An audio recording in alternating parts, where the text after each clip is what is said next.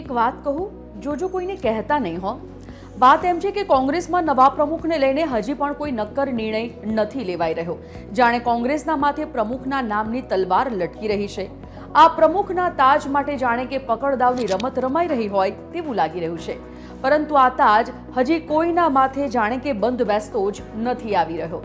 અને એમાં પણ જાણે કે દિલ્હીમાં કોંગ્રેસના નેતાઓનું ટોળું એવી રીતે ભેગું થયું કે જાણે લાહણી વેચાઈ રહી હોય. અને આ લાહણીનો લાભ લેવા અને આ પકડદાવની રમતમાં અને પ્રમુખ પદ માટેની ખેંચતાણમાં ગુજરાત કોંગ્રેસના કેટલાય માથાઓના હમણાં તો દિલ્હીમાં આટાફેરા શરૂ થઈ ગયા છે. જેમાં ભરતસિંહ સોલંકી, અમિત ચાવડા, સિદ્ધાર્થ પટેલ, પરેશ ધાનાણી, ગેનીબેન ઠાકોર, શૈલેષ પરમાર, લાલજી દેસાઈ, જિગ્નેશ મેવાણી અને વીરજી ઠુમ્મર જેવા નેતાઓ તો છે જ. અને એમાં પણ જ્યારે એકાદ નેતાનું નામ જાહેર થશે ત્યારે કોંગ્રેસમાં કેવો ભૂકંપ છે એ તો હજી સમય જ બતાવશે. પેલું કહેવાય છે ને કે બેની લડાઈમાં ત્રીજો કોણ બાજી મારી જાય છે એ જોવાની પણ મજા કંઈક અલગ જ છે. પણ એ વાત તો નક્કી છે કે અચ્છે દિનની આશા રાખીને બેઠેલા બિચારા કોંગ્રેસના નેતાઓ અંદરો અંદર જ પોતાની મહત્વતા સાબિત કરી શકશે કે કેમ એની હવે ખબર નથી હો.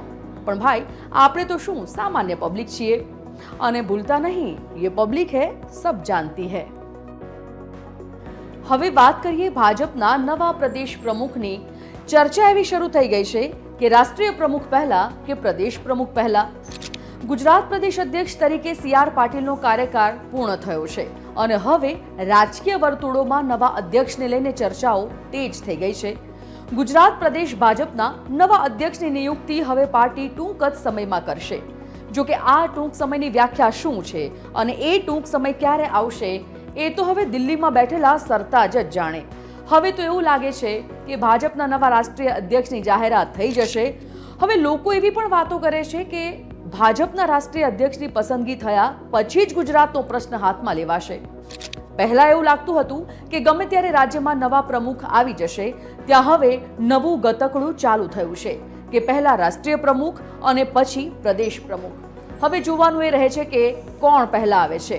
પણ ગુજરાતના નવા પ્રદેશ પ્રમુખ માટે કોની પસંદગી થશે એના હજી સુધી તો કોઈ જણસાર નથી દેખાઈ રહ્યા. જો કે નામ તો ઘણા માથાઓના ચર્ચામાં છે હો, પરંતુ ઇતિહાસ સાક્ષી છે કે ભાજપમાં ચર્ચાઓ જે નામોની હંમેશા હોય એનાથી કંઈક અલગ જ ચહેરો પ્રકાશમાં આવ્યો છે. એટલે પ્રદેશ પ્રમુખને લઈને પણ લાગી તો એવું જ રહ્યું છે. પણ હવે દિલ્હીમાં બેઠેલા સાહેબ તરફથી ઈશારો થાય તો કઈ ચિત્ર સ્પષ્ટ થાય એમ છે. ત્યાં સુધી જોજો, કોઈને કહેતા નહીં હો.